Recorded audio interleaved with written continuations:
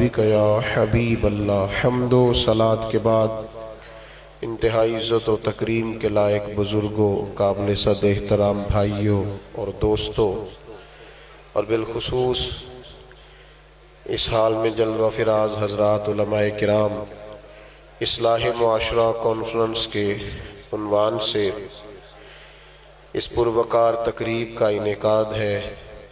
ہمارے بھائی ابھی آپ سے مخاطب تھے، اللہ ان کو، ان کے معاونین کو بہترین جزا عطا فرمائے اور دین کے ہر کام میں ہم سب کو اخلاص کی توفیق عطا فرمائے۔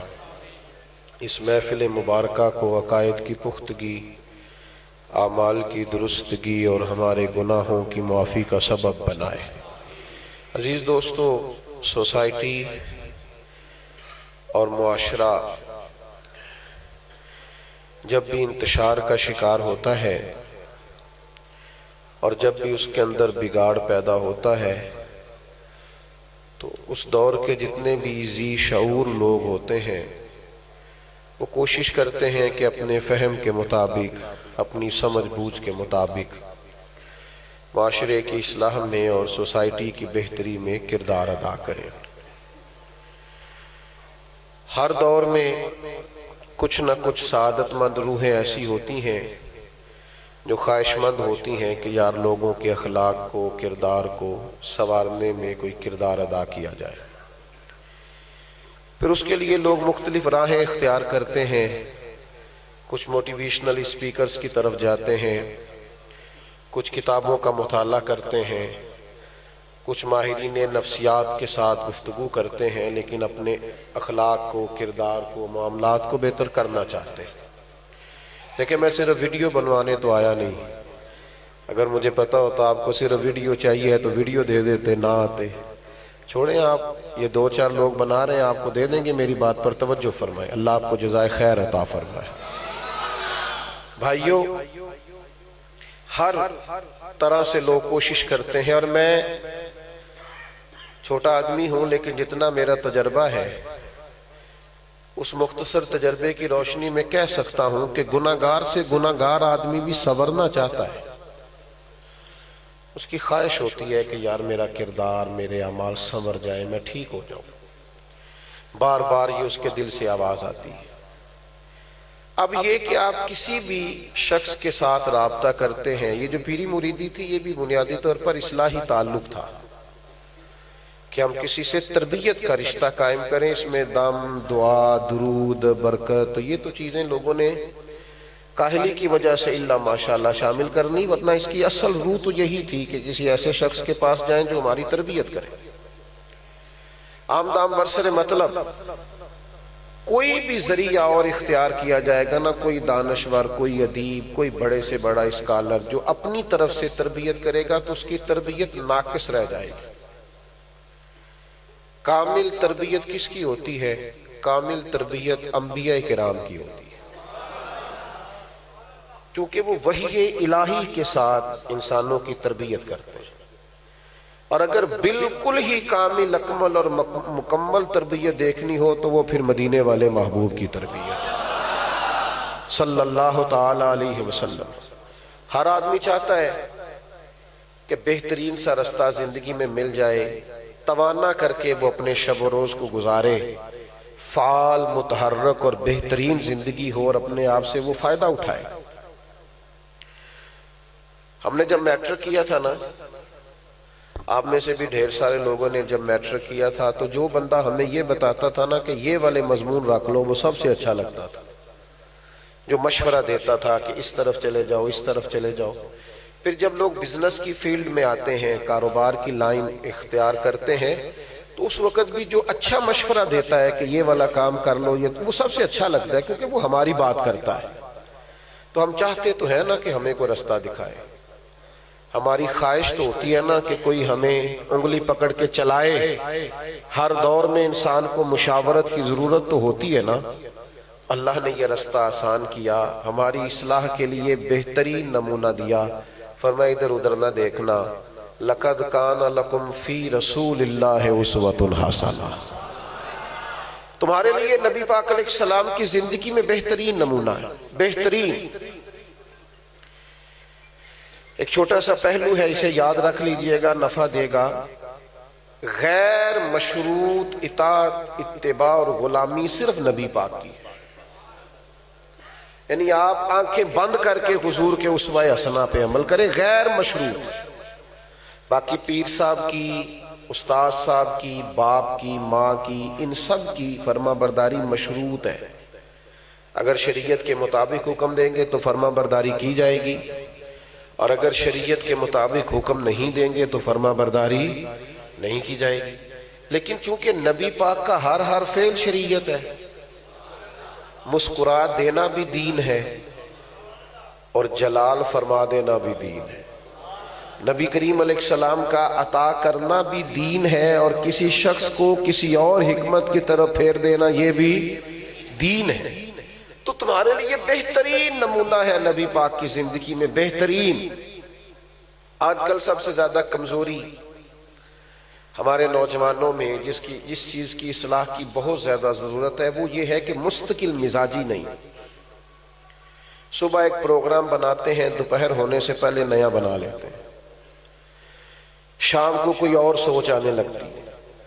مستقل مزاجی نہیں، کسی کام میں بھی ٹھہراؤ نہیں۔ 4 دن نماز شروع کی تو تہجد بھی شروع ہو گئی، اور پھر چھوڑی تو 5 بھی گئی۔ مستقل مزاجی اتنی بڑی ضرورت ہے کہ نبی کریم صلی اللہ تعالی علیہ وسلم نے ارشاد فرمایا، سید عائشہ روایت کرتی ہیں، حضور فرمانے لگے اللہ کو وہ عمل زیادہ پسند ہے جو تھوڑا کیا جائے پر روز کیا جائے۔ مستقل مزاجی۔ اب یہ جو آیہ کریمہ ہے نا جو میں نے تلاوت کی، بڑی معروف ہے، آپ میں سے ڈھیر سارے لوگوں کو آتی ہوگی۔ یہ آیت اگرچہ اپنے عموم پر ہے لیکن نازل ایک خاص موقع پہ ہوئی تھی۔ یہ غزوہ خندق کا موقع تھا، سارے کافر بیک وقت مدینہ شریف پہ حملہ آور ہو گئے، 10,000 کا کم و بیش لشکر لے کر کٹھے ہو کے مدینے پہ حملہ۔ سردی کڑاکے کی تھی، قحط پڑا ہوا تھا، اب اتنے بڑے لشکر کا مقابلہ کیسے کریں؟ اللہ کرے آپ موبائل کم دیکھیں اور میری بات زیادہ سنیں، آمین تو کہیے گا۔ دعا کیے نا جی، دعا میں تو شامل ہونا چاہیے نا۔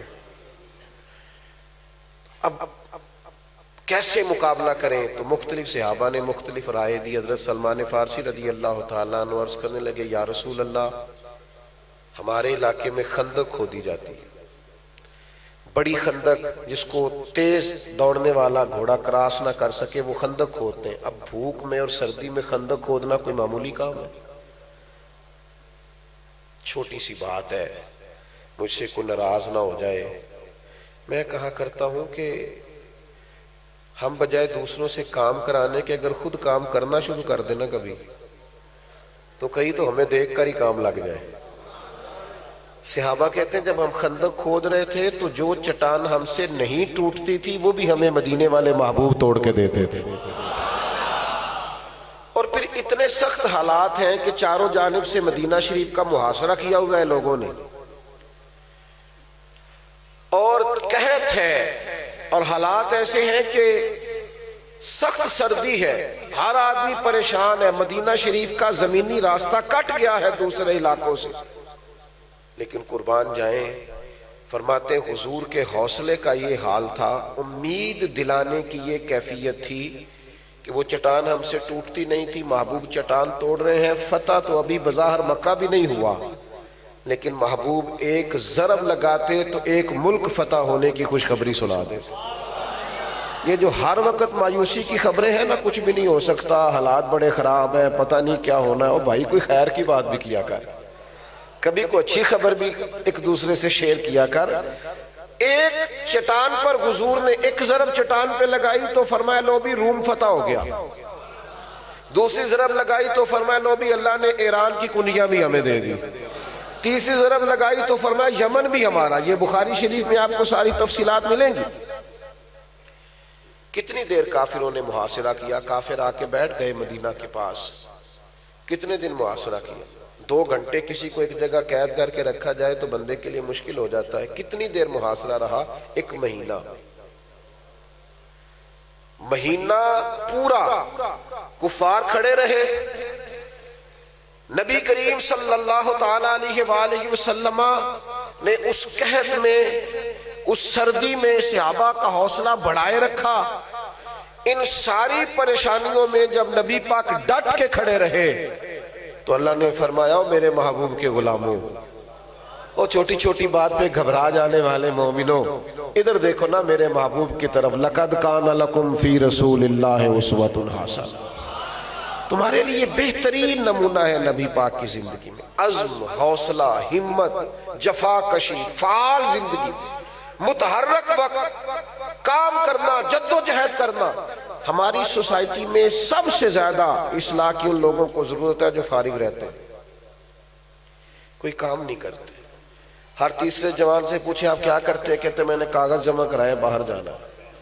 او بھائی جب جاؤ گے تب دیکھی جائے گی، یہاں تو کوئی کام کرو. ایک پیشہ برا ہے صرف، وہ اختیار نہ کرنا. ایک پیشہ برا ہے، وہ ہے کسی کے سامنے ہاتھ پھیلانا. باقی جس نے چوک میں ریڑھی لگائی ہے اور پھل بیچ کے وقت گزارتا ہے، بڑا عزت دار آدمی. جو کسی کے دروازے پہ فیکٹری کے مین گیٹ پہ کھڑے ہو کے واچ مین کی ڈیوٹی کرتا ہے، وہ عزت دار آدمی ہے، اس لیے کہ محنت کرتا ہے، اپنے ہاتھوں کی روزی کما کے کھاتا ہے. نبی کریم علیہ السلام کے سامنے سے ایک نوجوان گزرا تو لوگوں نے کہا یہ دیکھو کتنی دوڑ سے جا رہا ہے، کاش اتنی دوڑ یہ اللہ کے رستے میں لگاتا.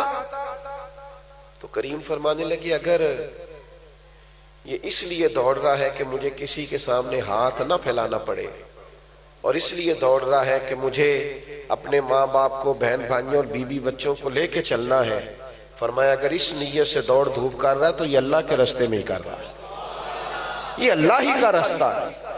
یہ اللہ دین کب آپ کو کہتا ہے سارا کچھ چھوڑ چھاڑ کے مسجد آ جائیں؟ دین تو کہتا ہے تجارت ذرا دیانتداری سے کرو، رزق حلال اور طیب کماؤ، جو ذمہ داری ہے اس کو صحیح طور پر ادا کرو. استقامت سب سے بڑی ضرورت ہے. ایک دوست مجھے کہنے لگے میں بڑی کام کیتے نے جیڑا کرنا پیچھے رہ جانا. میں نے کہا ہوں تو کوئی کام نہیں کرنا، ایک ہی کرنا ہے اور صحیح کر کے کرنا ہے. ایک ہی کرو. پتھر پہ پانی پڑے متصل تو بے شبہ گھس جائے پتھر کی سل. آپ نے اپنے واش روم کے اندر کبھی آپ کو لگے نا کہ کوئی ٹوٹی کوئی نال لیک ہو گئی ہے اور قطرہ قطرہ پانی گر رہا ہے تو کچھ دنوں کے بعد دیکھیے گا نیچے سوراخ ہو جاتا ہے. حالانکہ پانی سوراخ ہے لیکن مستقل گرے تو پانی بھی سوراخ کر دیتا ہے. تو بھئی آپ مستقل مزاجی اختیار کریں، جد و جہد کریں. اور دوسری بہت بڑی ضرورت ہماری سوسائٹی کو، ہمارے معاشرے کو ہے خودداری کی، عزت نفس کی. دوسروں کے پاس لاکھوں مال ہے، یہ کروڑوں مال ہے، وہ اس کا ہے. ہمیں جو ہمارے رب نے دیا ہے وہ بڑا شان سے دیا ہے، وہ بڑی عزت سے دیا ہے. نبی کریم علیہ السلام کا گھر ہم اسوہ حسنہ دیکھیں تو ہمیں اندازہ ہوگا کہ نبی پاک علیہ السلام نے خودداری کو پرموٹ کیا ہے. یہ جو غداگری ہے، یہ جو دوسروں کے مال پر توجہ دینا ہے، یہ دوسروں کے پیسوں پر جینا، یہ کسی اور کا خیال کرنا، کسی مالدار کی گاڑی کے پیچھے بھاگنا، اسلام اسے سخت ناپسند کرتا ہے. حضور فرماتے ہیں جس شخص نے بغیر ضرورت کے کسی کے سامنے سوال کیا وہ قیامت میں اس طرح آئے گا کہ اس کے چہرے پر گوشت نہیں ہوگا. یہ ہاتھ پھیلا رہا ہے، یہ مانگ رہا ہے. کتنا لمبی لسٹ بن گئی ہے مفت خوروں کی، کتنی بڑی تعداد ہے جو کوئی کام نہیں کرتے. وہ خدا کے بندو، حضور علیہ السلام نے فرمایا سب سے بہترین روزی وہ ہے جو تم اپنے دو ہاتھوں کی محنت سے کما کے کھاتے ہو. سب سے پسندیدہ روزی. ہمیں ضرورت ہے اس بات کی. ہمارے ساتھ ایک دوست پڑھا کرتا تھا تو یہ 3 مہینے کی چھٹیاں نہیں ہوتی اسکولوں میں، تو وہ کیا کرتا، وہ والد صاحب غریب تھے اور کچھ ضعیف زیادہ تھے. وہ کیا کرتا کہ وہ، اب تو خیر مجھے پتہ نہیں کیا روٹین ہے، لیکن ہم جب اسکول میں پڑھتے تھے تو 3 مہینے کی چھٹیوں میں کام بھی 6 مہینے جتنا مل جاتا تھا، ساری کتابیں لکھ کے لے آنا. تو وہ پہلے 8 دنوں میں دن رات کر کے سارا چھٹیوں کا کام ختم کرتا اور پھر وہ مستریوں کے ساتھ مزدوری کرنے جاتا. تو کچھ لوگ اس پر اعتراض بھی کرتے کہ کیا تجھے مسئلہ ہے، پیسے جوڑنے کا شوق ہے. تو ایک دن پھر اس نے بتایا، کہنے لگا والد صاحب بوڑھے ہیں اور میں جوان ہوں، اب میرا ان سے خرچہ مانگنے کو دل نہیں کرتا. میں اتنا جوان ہو کہ اپنے باپ کو تکلیف دوں؟ میں اب بڑا ہوں، اب میں ان کو کچھ دوں گا۔ یہ خودداری، یہ کیفیت ملت کے جوانوں میں پیدا ہونا بڑا ہی ضروری ہے۔ ہم آہستہ آہستہ وہاں پہنچ گئے ہیں کہ ایک بہت بڑا طبقہ ان لوگوں کا ہے جو کوئی کام نہیں کرتے، جد و جہد نہیں کرتے، ہمت نہیں کرتے، کوشش نہیں کرتے۔ سوسائٹی میں بڑی اشد ضرورت ہے کہ نوجوانوں کا مزاج محنت کا بنے، جد و جہد کا بنے، کاوش کا، کوشش کا بنے۔ اب دیکھیے حضور کی بارگاہ سے جب بھی کوئی آیا ہے، جناب جابر ابن عبداللہ فرماتے ہیں میں نے نبی پاک سے بڑا سنا ہے پر میرے پاس نہیں ہے، یہ میں نے نبی پاک سے نہیں سنا۔ لفظ لا کبھی حضور کی زبان پر، ایسا کوئی محبوب کہیں ہوگا نہ کہیں ہے، بیٹھا ہے چٹائی پہ مگر عرش نشیں ہے، اور ملتا نہیں کونین کو کیا کیا تیرے در سے، ایک لفظ نہیں ہے جو تیرے لب پہ نہیں ہے۔ اور فاضل بریلوی فرماتے ہیں واہ کیا جود و کرم ہے شہ بطحا تیرا۔ اور یہ ترکیب دیکھیے، جو شعری ذوق رکھتے ہیں وہ ذرا انداز دیکھیں، واہ کیا جود و کرم ہے شہ بطحا، نہیں سنتا ہی نہیں، نہیں، اب اللہ کرے آپ کو ذوق ہو تو آپ اس کو سمجھیں، نہیں نہیں سنتا ہی نہیں مانگنے والا تیرا۔ حضور جو آپ سے مانگتا ہے وہ نہیں سنتا نہیں۔ حضور ہر ایک کو عطا کرتے، لیکن ایک نوجوان آ گیا، اس نے عرض کی حضور مجھے کچھ دیجیے، جوان تھا۔ جوانوں اور ملت کے جوانوں غور سے سننا بات، یا رسول اللہ کچھ دیجیے، تو حضور تو سب کو دیتے ہیں، اسے بھی حضور نے دیا پر ذرا اور رنگ سے دیا۔ فرمایا تیرے پاس کچھ نہیں؟ اس نے کہا یا رسول اللہ گھر میں ایک پیالہ ہے اور ایک کمبل ہے، کوئی بندہ اتنا غریب نہیں، اس پوری اتنے بڑے مجمع میں کوئی نہیں ہوگا جس کے گھر میں ایک ہی کمبل اور ایک ہی پیالہ ہو، کوئی بھی نہیں ہوگا، لیکن ہمارے غریبیوں کے رونے بڑے اونچے اونچے ہیں۔ اس کی غربت کا یہ عالم کہ ایک پیالہ اور ایک کمبل، کریم نے فرمایا لے آؤ، وہ لے آیا۔ سرکار نے فرمایا کون خریدے گا؟ ایک شخص نے کہا 1 دینار، ایک نے کہا 2 دینار۔ حضور نے 2 دینار میں کمبل اور پیالہ بیچ ڈالا۔ فرمایا جا 1 دینار کا کھانا لے جا اور 1 دینار کا کلاڑا خرید کے لا۔ وہ کلاڑا خرید کے لایا تو تھا بڑا نصیبوں والا، اس کلاڑے میں دستہ نبی پاک نے دستے مبارک سے لگایا اور فرمایا جا جا کے جنگل سے لکڑیاں کاٹ اور بیچ، کھا بھی اور کھلا بھی، پی بھی اور پلا بھی، جا اور 15 دن نظر نہ آنا۔ اپنی دنیا آپ پیدا کر اگر زندوں میں ہے۔ اور اقبال کہنے لگے غیرت ہے بڑی چیز جہان تگ و دو میں، پہناتی ہے یہ فقر کو تاج سردارا۔ محنت کریں، جد و جہد کریں۔ صحابہ فرماتے 15 دنوں کے بعد آیا تو محبوب نے فرمایا اب کیا حال ہے؟ اس کی حضور پہلے ایک پیالہ تھا اب سارے گھر کے برتن بن گئے، پہلے ایک کمبل تھا اب سارے گھر کے کمبل بن گئے، بستر بن گئے۔ آپ محنت کریں، کوشش کریں، سہارا بنے، اور صرف اپنے بچوں کے لیے نہیں، صرف اپنے گھر کے لیے نہیں، آپ قبیلے کے لیے سوچیں، ملت کے لیے سوچیں، شہروں کے لیے سوچیں، ملک کے لیے سوچیں، بڑا ذوق پیدا کریں، محنت ہونی چاہیے۔ یہ جو لوگوں سے سوال ہے نا، لوگ تو بھائی دیتے کچھ بھی نہیں اور باتیں بیسیوں سناتے ہیں، وہ تو مطلب اگر ناراض نہ ہو جائے مجھ سے امیر لوگ، تو امیر آدمی کو تو ویسے ہی پریشانی رہتی ہے کہ شاید سارے میرے پیسوں سے پیار کرتے ہیں، وہ تو مفت کی ٹینشن میں ہوتا ہے بیچارہ، کوئی سلام بھی لے تو اسے پریشانی ہو جاتی ہے، پتہ نہیں انہوں پیسے چاہیے دینے، تو وہ تو بیچارے ٹینشن میں، اللہ ماشاءاللہ سب کی بات نہیں کرتا معذرت کے ساتھ، لیکن ان کو تو ہر وقت پریشانی رہتی ہے کہ فلانے کوئی پتہ نہیں میرے پیسوں کو چھوڑ دے، یار خدا کا شکر ادا کر اس نے دینے والا بنایا ہے۔ امام شافعی رحمت اللہ علیہ سے ایک امیر آدمی نے کہا مجھے کوئی مستحق بندہ نہیں ملتا، میرا دل کرتا ہے دوں، مستحق کوئی نہیں ملتا۔ تو امام صاحب مسکرا پڑے۔ اس نے کہا حضور آپ مسکرائے کیوں؟ فرمانے لگے یہ بتا جو اللہ نے تجھے دیا تو اس کا مستحق تھا؟ تو رکھتا تھا حق؟ جب خدا نے دیا ہے تو پھر دیکھتا پھرتا ہے مستحق پہلے ملے۔ تو بھائی محنت، جد و جہد۔ وہ ایک شاعر کہیں بیٹھا تھا نا، اب پھر ایک معذرت کر لیتے ہیں شاعروں سے بھی معذرت کے ساتھ، بعض شاعروں کی حالت بھی بڑی پتلی ہوتی ہے، دیکھنے والی نہیں ہوتی۔ وہ بیچارے گرمیوں میں بھی کئی دفعہ چادر لیے پھرتے ہیں. تو وہ کسی کونے میں بیٹھا تھا, تو ایک آدمی گزرا تو 5 روپے پھینک گیا. اس نے کہا یہ کیا؟ کہنے لگا آپ کو ضرورت ہوگی. تو اس نے کہا اٹھا اپنے پیسے, ضرورت ہوگی تو رب رسول سے مانگوں گا. شعر بڑا کمال کہا. اس نے کہا یہ آرزوئے طلب اور میں آپ سے کروں, یہ آرزوئے طلب اور میں آپ سے کروں, یہ بھیک اس کو دیجئے جس کا خدا نہ ہو. ابھی مانگو گا, اور میرا رب تو بغیر حساب کتاب دیتا ہے. وَيَرْزُقْهُ مِنْ حَيْثُ لَا يَحْتَسِبُ, اور وہاں سے دیتا ہے جہاں سے بندے نے کبھی سوچا بھی نہیں ہوتا. تو خودداری, عزت نفس, وقار. آپ بڑے ہو گئے, باشعور ہو گئے. اب میرا خیال ہے کہ آپ کو باپ پر, بھائیوں پر بوجھ نہیں بننا چاہیے. اب آپ کو جد و جہد کرنی چاہیے, کاوش کرنی چاہیے. اصلاح معاشرہ کے لیے ایک بہت بڑا کام یہ ہے کہ قوم محنتی ہو جائے. جد و جہد. میں تو طلباء سے کہتا ہوں, مدرسے میں بچے پڑھتے ہیں تو میں ان سے کہتا ہوں آپ اتوار کی چھٹی گھر جاتے ہیں, گھر کے سارے کام آپ نے کرنے. آپ اپنے گھر میں بھاگ بھاگ کے کام کریں. والدہ سے کہیں کہ مجھے بتائیے کیا لانے والا ہے, میں آپ کو سارا سامان لا کے دے دوں. آپ فعال رہیں, سونے نہیں جاتے آپ گھر. آپ ایک چھٹی جاتے ہیں تو آپ کور کریں سارے گھر کے مسائل کو. بھائی سونے کے لیے بڑا ٹائم ملے گا, مرنے سے لے کر قیامت قائم ہونے تک سونا ہی سونا ہے. سوئیں گے, جاگنا ہے جاگ لے افلاک کے سائے تلے, پھر حشر تک سوتا رہے گا خاک کے سائے تلے. ابھی آنکھیں کھلی ہوئی ہیں. اور میں ایک اور بھی بات آپ کو بتاؤں, آپ مجھ سے اختلاف کر سکتے ہیں.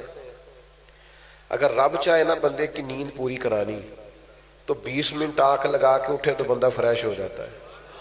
اور میں نے ایسے بھی دیکھے ہیں 10 گھنٹے اسی میں سوئے ہیں, اٹھ کے پیناڈول کی گولی مانگ رہے ہیں. سو کے اٹھنے سے فریش ہونا چاہیے کہ بیمار ہونا چاہیے؟ او بھائی, آپ جد و جہد والا مزاج, فعال زندگی. یہ سستی, یہ کاہلی, یہ آرام پسندی, یہ وہاں لیٹے موبائل لے کے 2 گھنٹے, وہاں کھڑے موبائل لے کے, یہ مزاج مسلمان جوانوں کا نہیں. جد و جہد, کوشش. اور تیسری بات, سوچے کبھی چھوٹی نہیں رکھنی, ذہن کبھی چھوٹا نہیں رکھنا, محدود دائرہ کار نہیں رکھنا. ہم اس دین کے ماننے والے ہیں جو کائنات کا دین بن کے آیا ہے. ہم اس رسول کے ماننے والے ہیں جو عالمین کے لیے رحمت بن کے تشریف لائے ہیں. ہمارا ذہن عالمی ہونا چاہیے, عالمی. یہ جو گلی محلے کی سوچ ہے اس سے باہر نکلے. مجھے ایک دوست نے ایک دفعہ پوچھا, وہ میرا علاقہ نہیں جانتے تھے, مجھے کہنے لگے آپ کا ضلع کون سا ہے. میں نے کہا پہلے تو ایک ہی ضلع تھا, لیکن اب لوگ پیار زیادہ کرتے ہیں. جس ضلع میں جاتا ہوں مجھے اپنا ضلع ہی لگتا ہے. ہاں, تجھ پہ صدقے تیرے محبوب پہ قربان رہے, ہم تو جس گھر میں رہے مولا تیرے مہمان رہے. اب سارے ضلع ہی اپنے, اور ضلعوں میں, جہتوں میں, ملکوں میں. اقبال کہتے ہیں بازو تیرا توحید کی قوت سے قوی ہے, اسلام تیرا دیس ہے. اسلام تیرا, اوہو اسلام تیرا, کیوں کہ تو مصطفی ہے, تو حضور کا ماننے والا ہے, تیرا دیس اسلام ہے. اسلام چھوٹی سوچیں بڑی ہیں, بڑی چھوٹی. ایک حدیث آپ سب کو آتی ہے, عالمی کر دیتی ہے بندے کو, سب کو آتی ہے آپ کو. یہ انسان کو اتنا اونچا لے جاتی ہے کہ وہ اخلاق کے اعلیٰ معیار پر فائز ہو جاتا ہے. حضور علیہ السلام نے فرمایا مومن وہ ہے جو اپنے لیے پسند کرے وہی اپنے بھائی کے لیے پسند. آپ سب کو آتی, بس اس پر عمل کرنا شروع کر دو. اگر یہ دوائی, یہ پھل, یہ سبزی میرے گھر نہیں پک سکتی, ٹھیک نہیں ہے, تو کسی اور کے گھر میں بھی نہیں پکے گی.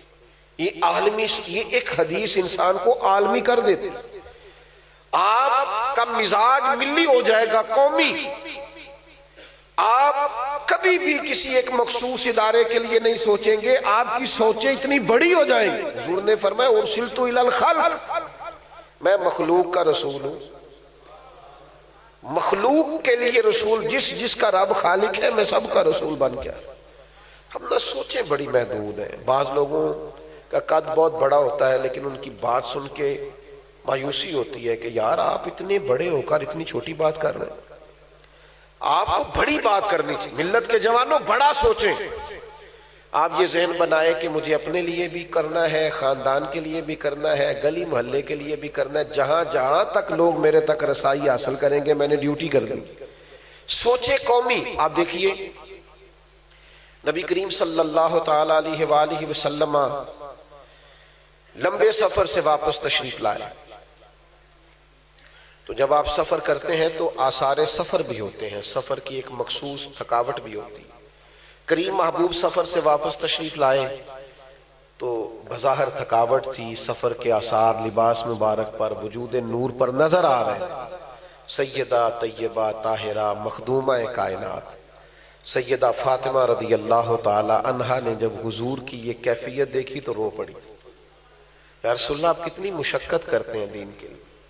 اچھا ہمارے ہاں پتہ کیا ہوتا ہے، بس میں اپنی گفتگو سمیٹنے لگا ہوں، آپ توجہ تو فرمائیں، میں تو پہلے ہی بڑی تھوڑی تقریر کرتا ہوں، اور ایک دو آدمی آنکھیں بند کرے گا تو یہ تو اور چھوٹی ہو جائے گی، تو آپ توجہ کریں، بس بڑی جلدی بات سمٹنے کے قریب آ گئی۔ ہمارا کوئی ایک دکھ بیان کرے نا، بچہ ابا جی آپ بڑی مشقت کرتے ہیں، تو ہم کہتے ہیں پتر تیرے پتہ ہی نہیں، میرے پاس تو پوری کتاب ہے۔ حالانکہ میں نہیں سمجھتا کہ وہ والی تکلیفیں ہم نے دیکھی ہوں جو ہمارے بڑوں نے دیکھی، لیکن اس کے باوجود ہر دوسرا آدمی دکھی ہے اور اس کے پاس پوری کتاب پڑھی ہے داستان سرائی کرنے۔ سیدہ رضی اللہ تعالیٰ عنہ عرض گزار ہے، یا رسول اللہ آپ کتنی مشقت کرتے ہیں دین کے لیے، کس قدر آثار ہیں آپ کے وجود نور پر۔ تو سیدہ نے تو یہ بات کی تو اللہ کے رسول نے بات کا رخ ہی بدل دیا، حضور نے رخ بدل دیا بات کا۔ کریم محبوب فرمانے لگے فاطمہ آپ کے والد کو اللہ نے بڑے مقاصد کے لیے دنیا میں مبعوث فرمایا، بڑے مقاصد کے لیے دنیا میں مبعوث کیا ہے۔ حضور فرمانے لگے نہ کوئی گھر کچا بچے گا، نہ پکا بچے گا، اور نہ کوئی جھونپڑی بچے گی جہاں اللہ ہمارے دین کے پیغام کو پہنچا نہیں دے گا۔ یہ دین غالب ہونے کے لیے آیا ہے اور یہ غلبہ پائے گا، تو اس کے لیے سفر تو کرنے ہیں، مشقت تو کرنی ہے، وقت فرصت ہے کہاں، کام ابھی باقی ہے، نور توحید کا اتمام ابھی باقی ہے، بھی تو بڑا کام کرنے والا ہے، عربوں کفار کو مسلمان کرنا ہے، ان تک دین کی بات کو پہنچانا ہے، کتاب و سنت کے اصل مفاہیم کو واضح کرنا ہے، دنیا کے اندر نبی پاک علیہ السلام کے خوبصورت نظام کا جھنڈا لہرانا ہے۔ لیکن اگر سوچیں بڑی کمزور ہوں، بڑی چھوٹی ہوں، محدود ہوں، دائرہ کار بڑا کچا ہو، کبھی برادری کی بات، کبھی محلے کی بات، کبھی ضلعوں کی بات، کیسے آگے بڑھیں، کس طرح ہم وہ عالمی سوچ پیدا کریں گے جو ہمارے نبی کریم علیہ السلام نے ہمیں عطا کی۔ ایک بات جاتے جاتے ضرور کرنی ہے آج آپ سے، چونکہ مہینہ ہے جناب صدیق اکبر کا، نبی اکرم صلی اللہ تعالی علیہ وسلم کے اس عظیم غلام نے، یہ حضور کے غلام ہیں اور صحابہ سمیت پوری امت کے امام ہیں، افضل البشر بعد الانبیاء بالتحقیق حضرت سیدنا ابو بکر صدیق، سارا دن حکومت کرتے، کام چلاتے، ڈیوٹی کرتے، خلیفہ وقت، عصر کے بعد تھوڑا سا ٹائم اپنے لیے رکھا ہوا تھا، تو مدینہ شریف کی بچیاں آ جاتی، کہتی ہماری بکریوں کا دودھ دھونا ہے، ہمارے ساتھ چلے، تو صدیق اکبر ان کے ساتھ چلے جاتے۔ مختلف انداز میں یہ روایت ملتی ہے، لیکن صاحب کنز العمال نے اس طرح لکھی ہے کہ حضرت عمر فرماتے میں ایک بوڑھی اماں کا رات کو کام کرتا تھا، وہ نابینا تھی اور بے اولاد تھی، تو کچھ دنوں سے میں نے دیکھنا شروع کیا مجھ سے پہلے کوئی کام کر جاتا ہے، اس کو سمجھے، تقریر نہیں کر رہا، جذبات کا اظہار کر رہا۔ ویلے بیٹھے ہو اور محلے میں بہت ساری ایسی بوڑھی مائیں اور بوڑھے باپ ہیں جن کے بیٹے ملک سے باہر ہیں، دوائی لا کے دینے والا کوئی نہیں، تیری ساری جوانی گزر گئی موبائل لے کے لیٹے ہوئے، وقت سارا ضائع کر دیا، کتنوں کے کام آ سکتا تھا، کتنوں کے لیے تو بہتری کر سکتا تھا۔ حضرت عمر فرماتے ہیں میں اس بوڑھی کا کام کیا کرتا تھا، تو چند دن ہو گئے کوئی مجھ سے پہلے آ کے کام کر جاتا ہے، فرماتے ہیں میں تاک لگا کے بیٹھ گیا، اور انداز میں بھی یہ روایت کتابوں میں ملتی ہے لیکن یہاں اس انداز میں، فرماتے ہیں میں بیٹھ گیا، چھپ کے تو وہی ہوا جس کا مجھے شک تھا، امیر المومنین سیدنا ابو بکر صدیق فرماتے ہیں میں نے کہا عجیب آدمی، سارا دن مصروف ہے، عصر کے بعد مصروف ہے، اور رات کو تھوڑا سا ٹائم ملا ہے تو بیواؤں کے اور مجبوروں کے گھروں میں جھاڑو بھی دے رہے ہیں۔ زندگی تو گزر جائے گی، گزر جائے گی، آرام کرتے بھی گزر جائے گی۔ 1 گھنٹہ سفر طے کر کے گئے اور گھنٹہ طے کر کے کہاں گئے تھے؟ کھانا کھانے گئے۔ خدا کے بندو اتنا وقت کہاں ہے اس پہ ضائع کیا جائے؟ اتنے کام کرنے والے ہیں، اتنی لمبی ڈیوٹی کرنی ہے، اور کھانے کھانے میں اور ہوٹلوں میں جانے میں اور وہاں جانے میں، میں اس کو حرام ناجائز نہیں کہتا، آپ کے پاس جائز پیسے آپ جائیں، لیکن جس مفہوم میں بات کر رہا ہوں اس پس منظر کو سمجھیں، زندگی کو ضائع نہیں کریں۔ آپ سیکھیں حضور کے غلاموں سے، تھوڑے وقتوں میں کتنا کتنا بڑا کام کر گئے۔ آج لوگوں سے پوری بخاری پڑھی نہیں جاتی، جس نے لکھی ہے اس کا کمال دیکھو کیسا ہے۔ آج فتاوی رضویہ پورا لوگ پڑھتے نہیں، جنہوں نے لکھا ہے اکیلے ہو کہ ان کا کمال دیکھو کیسا ہے۔ ہم لوگ محنت نہیں کرتے، جد و جہد نہیں کرتے، سوچیں بڑی محدود کر لی ہیں۔ 3 باتیں میں نے آپ کے سامنے رکھی۔ ایک تو زندگی استقامت سے گزاریں، صبح شام، صبح اور شام اور دوپہر، اور یہ باتیں چھوڑ دیں، یہ کمزور باتیں، یہ جوانوں والی گفتگو نہیں، مضبوط ہو جائے۔ اور دوسری گزارش آپ کی خدمت میں یہ کی ہے کہ ہم نے خوددار ہو کے جینا ہے۔ نبی پاک نے صحابہ سے بیعت لی تھی کہ میرے ہاتھ پر بیعت کرو، کسی دنیا دار کے سامنے ہاتھ نہیں پھیلاؤ، خوددارا بس کر دے۔ آپ کے پاس جو ہے وہ اللہ کی عطا ہے، اس پر اکتفا کریں، آپ بہت اپنے آپ کو عزت دار محسوس کریں۔ اور تیسری میری آپ سے اپیل ہے، سوچیں چھوٹی نہ بنائیں، محدود۔ ہمارے استاد تھے تو فرماتے ہیں کہ عجیب، ہم نے بزرگوں کے مزاح، ہم تو بڑی جلدی بدگمان ہو جاتے ہیں نا، کہ فلانے نے سلام نہیں لی تو فلانا رکا نہیں تو فلاں۔ استاد صاحب آئے تو کہنے لگے میں سائیکل پہ آج آ رہا تھا تو فلاں صاحب گزر رہے تھے تو میں نے سائیکل کھڑا کیا ہے، ان سے سلام لیا پر وہ رکے ہی نہیں۔ انہوں نے یہ نہیں کہا کہ پتہ نہیں تکبر ہے، پتہ نہیں لوگوں کو خیال ہی نہیں رہا میں رکا بھی ہوں اور وہ چلا، یہ نہیں کہا۔ فرمانے لگے خدا خیر کرے، کوئی پریشانی نہ ہو۔ یہ قومی سوچیں، یہ بڑے لوگوں کی سوچیں کہ وہ میں رکا بھی ہوں پھر بھی بندہ پریشانی میں، اللہ خیر کرے حالات ٹھیک ہوں۔ آپ کی سوچ بڑی ہونی چاہیے، سوچ کبھی چھوٹی، بڑی سوچ پیدا کرے۔ اللہ تعالی ہمارے بھائیوں کی محنت کو قبول فرمائے اور ہماری اس حاضری کو قبولیت کا شرف عطا فرمائے۔ ایک دفعہ دروشی پڑھ لیں، صلاۃ والسلام علیک یا رسول اللہ وعلی آلک واصحابک یا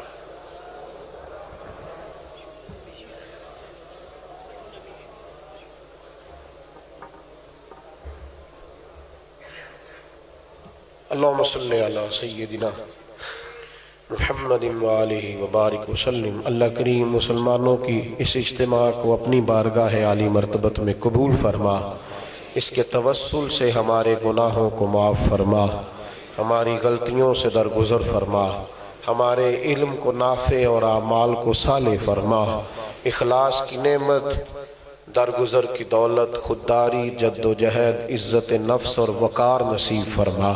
ہر بے چینی، ہر بے قراری، ہر الجھاؤ سے ہم سب کو محفوظ فرما۔ اللہ کریم وسوسوں کے غلبے سے، نفس کی شرارتوں سے، ناجائز خواہشات کے فتنے سے محفوظ فرما۔ امت کے حق میں رحمت والے فیصلے فرما۔ شام کے مسلمانوں پہ فضل فرما، اللہ فلسطین کے مسلمانوں پہ فضل فرما، پاکستان کو حضور کی سنت اور شریعت کا گہوارہ بنا دے۔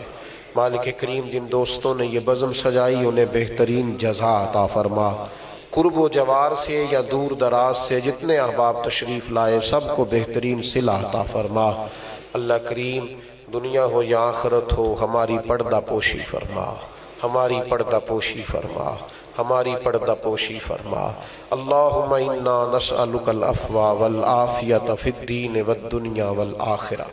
رب اغفر وارحم وانت خیر الراحمین۔ وصلی اللہ تعالی علی حبیبہ محمد۔